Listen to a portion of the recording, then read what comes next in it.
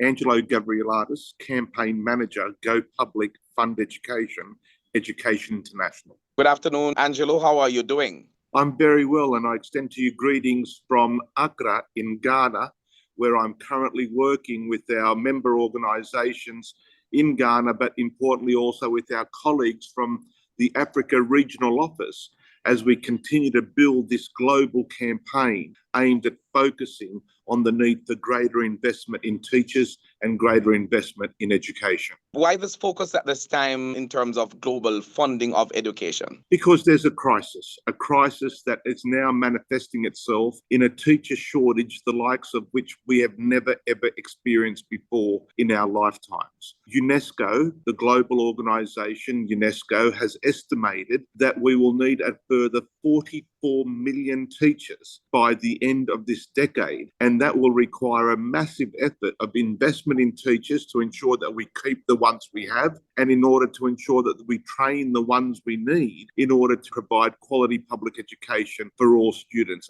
44 million teacher shortage globally, and regrettably it impacts every part of the world, including the Caribbean. And what's EI's purpose? The Jamaica Teachers Association in particular here and the other unions throughout the Caribbean are members of Education International. What do you hope to achieve in these territories through this campaign? Well, Education International is the global voice of teachers and other education workers. Education International speaks on behalf of 33 million teachers and other education workers across 180 countries. And you've rightly identified the Jamaica Teachers Association is one of the member organisations in one of those 180 countries around the world. Education International has determined that this campaign is our flagship campaign. It's the most important campaign because there is nothing more important than ensuring a qualified teacher in every classroom, every day,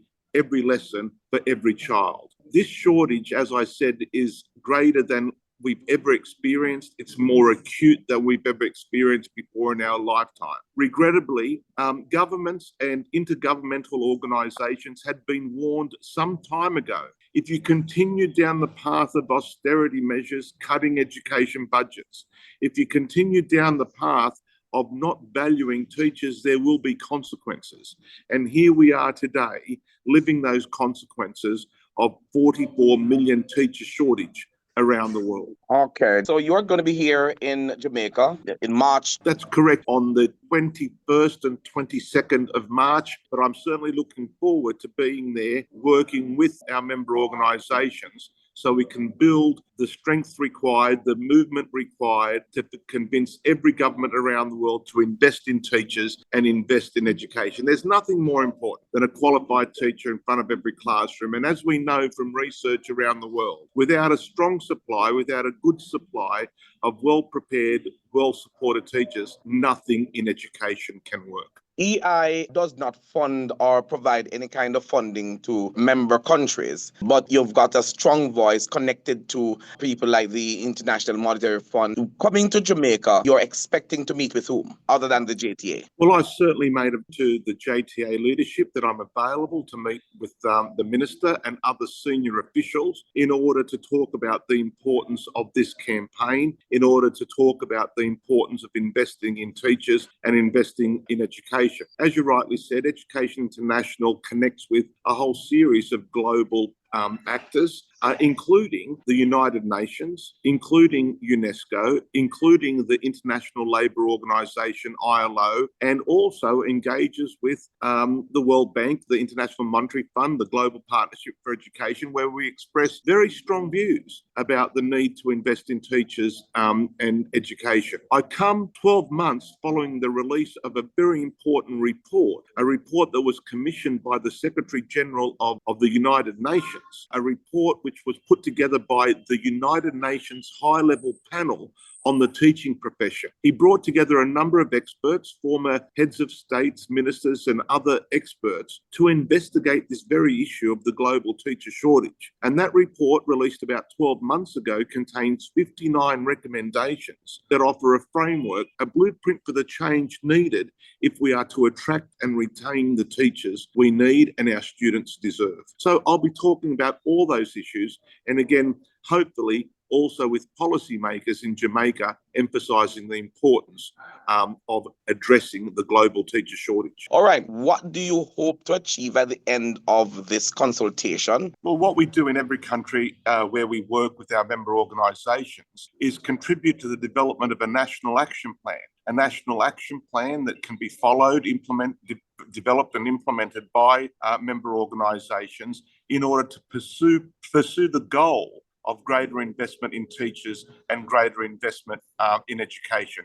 Only a month ago, I was in the Caribbean working with colleagues in St Vincent's and the Grenadines and also in Guyana, doing exactly the same, building and developing a national campaign plan aimed at growing and strengthening our advocacy to convince their governments and every government about the need of investing in education. There is no greater gift that a country can give to its children and its future than quality public education. That gift guarantees the future prosperity, the productivity of every nation. So we've got to get it right. We've got to tackle the teacher shortage. We've got to reverse the teacher shortage. We've got to invest in quality education in order to invest and secure the future of every child and every nation. I know that you're going to get pushback on these from the various territories and the governments to say that we're doing our best. What would you have to say to that? Well, the truth is in some countries it's not good enough. In some countries they're falling well short of recommended targets for investment in education. And in too many countries we're seeing a shortage of teachers, which is denying students their right to learn, denying students their futures. This is about working together with governments to realise the full potential of education for every child, every family and every community. It's too important not to have the total attention and focus of governments on education. And therefore, at the end of the day, your objective would have been met. And we look forward to that conversation, and we look forward to engaging the stakeholders here in Jamaica and look to see how things will pan out in the end. Thanks very much. And I'm certainly looking forward to the visit. It's only a few weeks away, and I'm looking forward to joining with our colleagues in Jamaica to continue our efforts to achieve the best possible education systems that we can in every country. During my visit, I'll be referring extensively to a report produced and supported by the United Nations, UNESCO and the ILO. It's the report of the United Nations High-Level Panel on the Teaching Profession. This report, its 59 recommendations, offer the blueprint for change, the framework for the change we need. So we come in the hope that we can work together, and we come promoting these recommendations from the United Nations and UNESCO and the ILO in order to achieve the very best education systems possible. We look forward. Thanks again, Angelo. Thank you very much. And I'm sorry about my background and the noise. I'm waiting to go to the airport, leaving Accra, Ghana, and my next stop is Bangkok in Thailand. So, all right. All the best of your journey. Thank you. Thank you. All right. All the best.